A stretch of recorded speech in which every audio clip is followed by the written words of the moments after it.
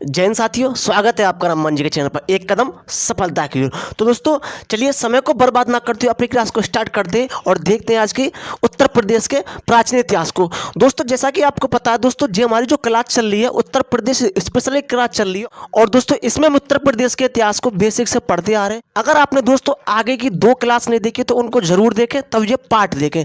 और दोस्तों आज का जो हमारा टॉपिक है काफी ज्यादा मोस्ट है, तो चलिए अपनी क्लास को स्टार्ट करते हैं। दोस्तों आज हम चर्चा करेंगे बौद्ध धर्म और जैन धर्म के ऊपर चर्चा करेंगे, जो कि दोस्तों यूपी से काफ़ी ज़्यादा अटैच हैं ये।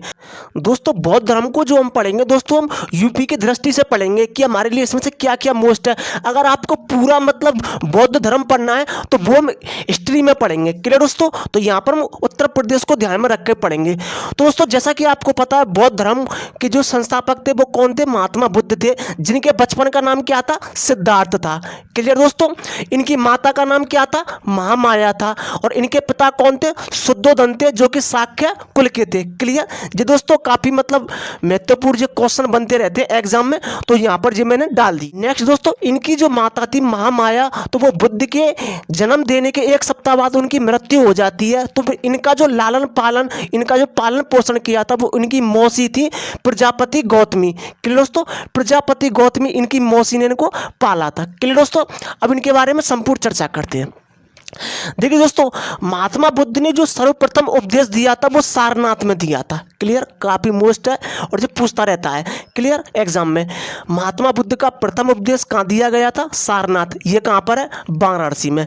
क्लियर दोस्तों, नेक्स्ट दोस्तों, महात्मा बुद्ध का जो जन्म हुआ था वो आपको नेपाल के लुम्बिनी में हुआ था। जी आप एक फैक्ट याद रख लें। क्लियर, नेपाल के लुम्बिनी में इनका जन्म हुआ था। क्लियर, तो हमने क्या बताया? महात्मा बुद्ध का प्रथम उपदेश कहाँ हुआ था? सारनाथ, जो कि वाराणसी में। क्लियर दोस्तों, नेक्स्ट दोस्तों, इनको जो महात्मा बुद्ध को कनक मुनि, शाक्य मुनि, लाइट ऑफ एशिया भी कहा जाता है। क्लियर जी आप ध्यान रखेंगे, इनको कनक मुनि भी कहते हैं, शाक्य मुनि भी कहते हैं और एक लाइट ऑफ एशिया भी कहते हैं। क्लियर दोस्तों, नेक्स्ट दोस्तों, इन्होंने जो प्रथम उपदेश दिया था उसको हम क्या कहते हैं? धर्म ग्रंथों के अनुसार उसको धर्म चक्र परिवर्तन कहते हैं। क्लियर, उसको धर्म चक्र परिवर्तन कहते हैं। किसको? इनके प्रथम उपदेश को। क्लियर दोस्तों, नेक्स्ट दोस्तों, इनके जो सर्वाधिक उपदेश है ना वो श्रावस्ती में दिए गए थे। कहाँ? श्रावस्ती में दिए गए थे, जो कि उत्तर प्रदेश का एक जिला है। क्लियर दोस्तों, तो दोस्तों इनके जो सर्वाधिक उपदेश कहाँ दिए गए थे? श्रावस्ती में दिए गए थे। और इनके जो उपदेशों की जो भाषा थी वो पाली भाषा थी। एग्जाम में पूछता रहता है कि बताइए जो बुद्ध ने जो उपदेश दिए थे वो किस भाषा में? तो वो पाली भाषा में। आपको ये सारी चीजें याद रखनी है। सर्वाधिक उपदेश कहाँ दिए थे? श्रावस्ती में, जो कि पाली भाषा में थे। और दोस्तों आपको एक ध्यान रखना, श्रावस्ती में ही कौन था? अंगुलीमाल डाकू था। कौन था? अंगुलीमाल डाकू था, जिसको दोस्तों शिक्षा दी थी। किसने दी थी? महात्मा बुद्ध ने इसको शिक्षा दी थी, इसको सुधार दिया था। क्लियर, कहाँ का था ये? श्रावस्ती का। क्लियर, नेक्स्ट दोस्तों, सर्वाधिक जो वर्ष काल इन्होंने जो मतलब व्यतीत किया था वो इन्होंने कौशल में व्यतीत किया था। क्या? कौशल में व्यतीत किया था, जिसको हम अवध भी बोलते हैं, साकेत भी बोलते हैं, जो हमने पिछली वीडियो में उत्तर प्रदेश के महाजनपद के बारे में चर्चा की थी। आप जरूर वो वीडियो देखें।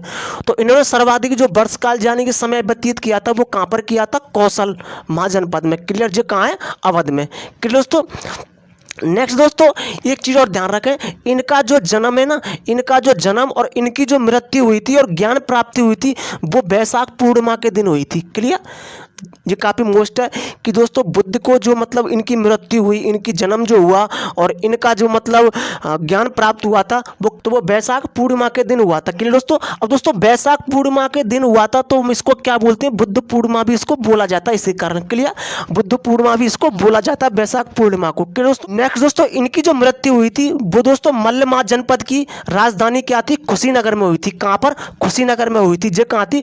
मल्लमा जनपद की राजधानी कुशीनगर में इनकी मृत्यु हुई थी। क्लियर दोस्तों, और दोस्तों इनकी जो मृत्यु का कारण था वो डायरिया की बीमारी थी। क्लियर, डायरिया की बीमारी थी। इनकी मृत्यु को महापरिनिर्वाण कहा जाता है। क्या?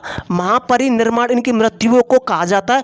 और इनकी दोस्तों ज्ञान प्राप्ति को क्या कहा जाता है? निर्वाण कहा जाता है। क्लियर, जो आपको ध्यान रखना है, प्रथम उपदेश को धर्म चक्र परिवर्तन, इनकी मृत्यु को महापरिनिर्वाण कहा जाता है और ज्ञान प्राप्ति को निर्वाण कहा जाता है। क्लियर दोस्तों, नेक्स्ट दोस्तों, उत्तर प्रदेश को बौद्ध का पालना कहते हैं, जो काफी मोस्ट मोस्ट है, इसको स्टार लगा लेना और याद कर लेना। क्लियर। उत्तर प्रदेश को बौद्ध का पालना कहा जाता है। क्लियर। बौद्ध का पालना किस राज्य को कहते हैं? उत्तर प्रदेश को। क्लियर दोस्तों। तो ये हमारा बौद्ध धर्म समाप्त होता है। अब जैन धर्म की तरफ चलते हैं।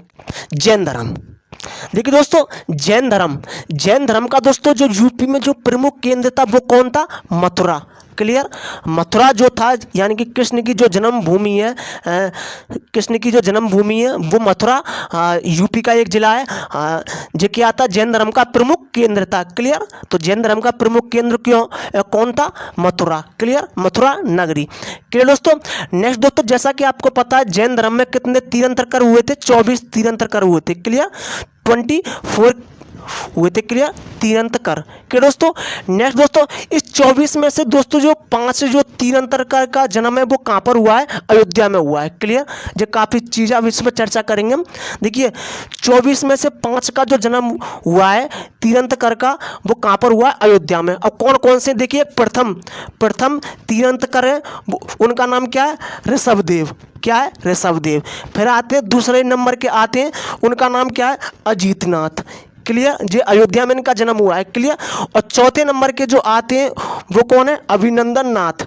क्लियर। अभिनंदन नाथ। और 5वें नंबर के जो तीर्थंकर आते हैं वो कौन है? सुमितनाथ या फिर सुमतिनाथ। क्लियर। सुमितनाथ या फिर सुमतिनाथ, इनका जन्म हुआ है। जो कितने नंबर के? 5वें नंबर के। क्लियर। और 14वें नंबर के जो तीर्थंकर हैं वो कौन है? अनंतनाथ। क्लियर। अनंतनाथ 14वें नंबर के, इनका जन्म कहाँ हुआ? तो इन 5 का जन्म कहाँ हुआ है? अयोध्या में। क्लियर। ऋषभदेव, अजीतनाथ, अभिनंदन, सुमितनाथ और अनंतनाथ। क्लियर। ये आपको ध्यान रखना है।